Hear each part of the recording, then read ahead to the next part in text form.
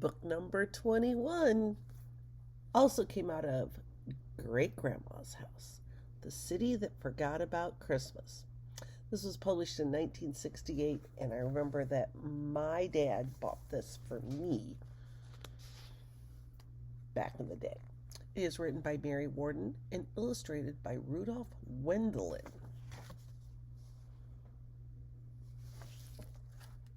The City That Forgot About Christmas.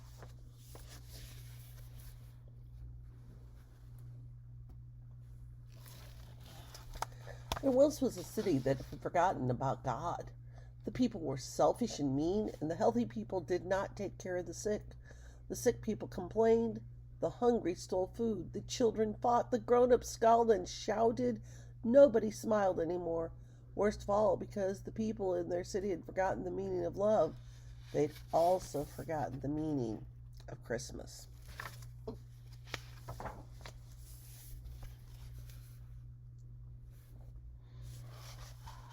Christmas Day was like an ordinary day. Nobody sang the joyous Christmas songs. No mother cooked a special Christmas dinner. No fathers helped their children trim a Christmas tree. And there were no mysterious packages. No stockings hung by the fireside. Can you imagine that? No Christmas. One day, a stranger from a far country came to town. He was an old man named Matthew. What? He cried when he discovered that nobody knew about Christmas. Not one of you remembers the message of the angels? Well, we shall see what we shall see.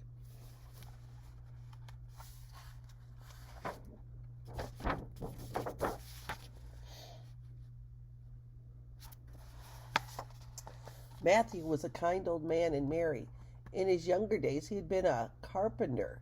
He knew how to make many things out of scraps of wood. He could carve, too. He could make tops and whistles, dolls and jumping jacks using his pocket knife. Children trailed after him, wondering what he would make for them next.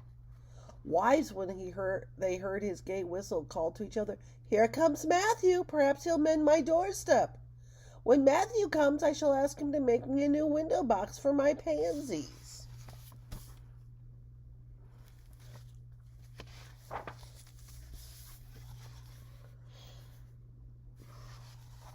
The men liked to have him around too. He hiked out into the hills with them and showed them the best places to fish. And since he was retired, he did not have to work anymore. He had time to help them with their jobs. "This city is a different place since old Matthew came," said a mother. "Yes," agreed her husband. "People are smiling again and doing things for one another. It seems to me there are fewer ugly words, too."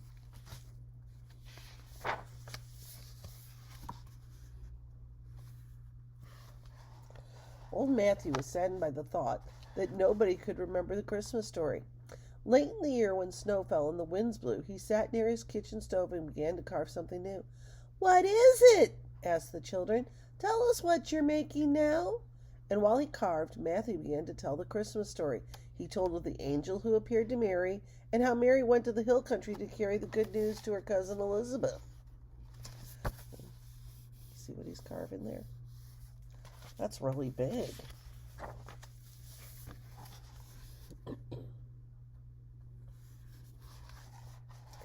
"This is an angel," he told the children when he had finished his carving. Sure enough, the wooden figure was a life-size angel. The children looked at the angel and touched it and loved it. "But where is the piece you're working on now?" they cried. "It will be Mary," said Matthew, and he pointed to a large piece of wood leaning against the wall. "And that will be Joseph." "Hurry," begged the children. "Hurry, so it will be finished for Christmas."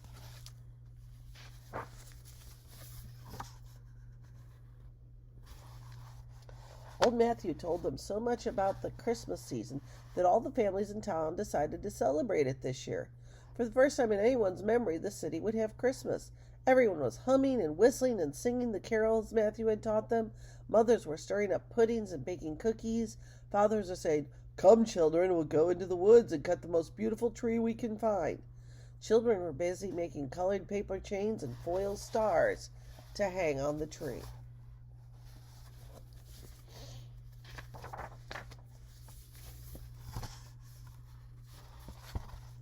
People were hiding marvelous Christmas packages. Everyone was happy because Christmas was there. My father might like to help finish the figures for the Christmas crutch, suggested one boy a week before Christmas. He knows how to carve. Mine does too, climbed another children. Anne said a third. My mother knows how to paint. I'm sure she'd like to help.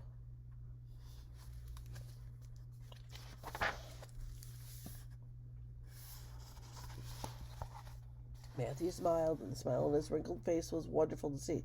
You may all help. Tell your families to come to my house tonight, and I will show them what to do. Every night after that, mothers and fathers and children gathered around Matthew's kitchen stove and carved and painted and listened to the wonderful tales of Christmas.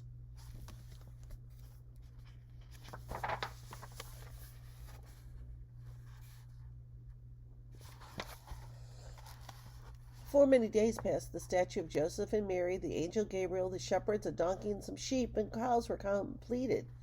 Before next Christmas we shall build a church, said one father one evening. But this year where will we set the crutch? My tool shop is heated, said another man. We can clean it and use it for the stable. We still have to carve the baby Jesus, said a little girl. He'll be in the crutch by Christmas, promised Matthew. Christmas Eve was one night away. Long after the people had gone home, Matthew sat up and put the finishing touches on the statue.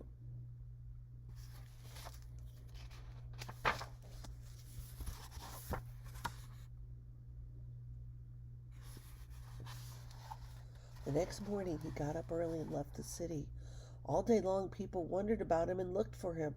They were busy cleaning the shop and making it into a stable with fresh wheat hay and setting the figures there. Before they knew it, evening had come, but Matthew could not be found. The whole city was astir. Perhaps he was called away or had an errand to do, the people told one another. But surely he will come back before morning and bring the baby for the manger.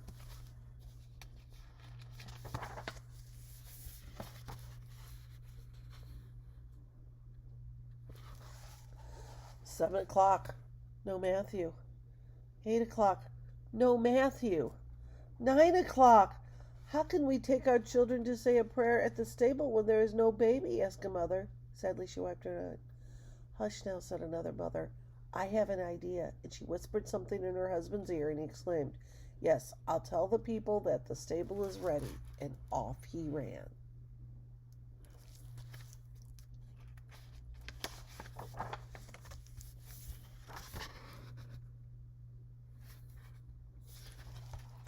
When the people of the city came to the stable, the light was shining inside, it was warm and smelled of fresh hay. There in the crib was a baby sleeping peacefully under his soft blanket. Someone's put a little baby of their own in the crib, cried a child. A real live baby, said the people as they knelt to pray. That is the message old Matthew was trying to bring us these many weeks, said the father of the baby. On the first Christmas, God came to earth as a real live baby. Remember how Matthew always said the Word was made flesh and dwelt among us? A murmur arose among the people as they said to one another, It's a holy night. He is with us again. And before leaving the stable, a child leaned down to kiss the baby lying in the manger and whispered softly, He's with us again. God has come to our city.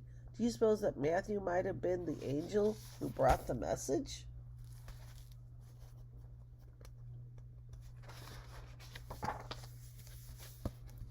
The end. Matthew may have been just a man or an angel. It's a story. But it's our job to tell everybody that Christmas may be over right now for this year, but it's always coming again. And the story of Jesus being born as true God and true man is very important in our day-to-day lives. We have to tell everybody. People must know that Jesus was born. But boy, now that we're done with the Christmas season, we're heading towards Lent and Easter. And that's the rest of the story. Jesus grew up, led a perfect life, and then during Passover, he was killed on the cross, but he didn't stay dead. He rose again on Easter.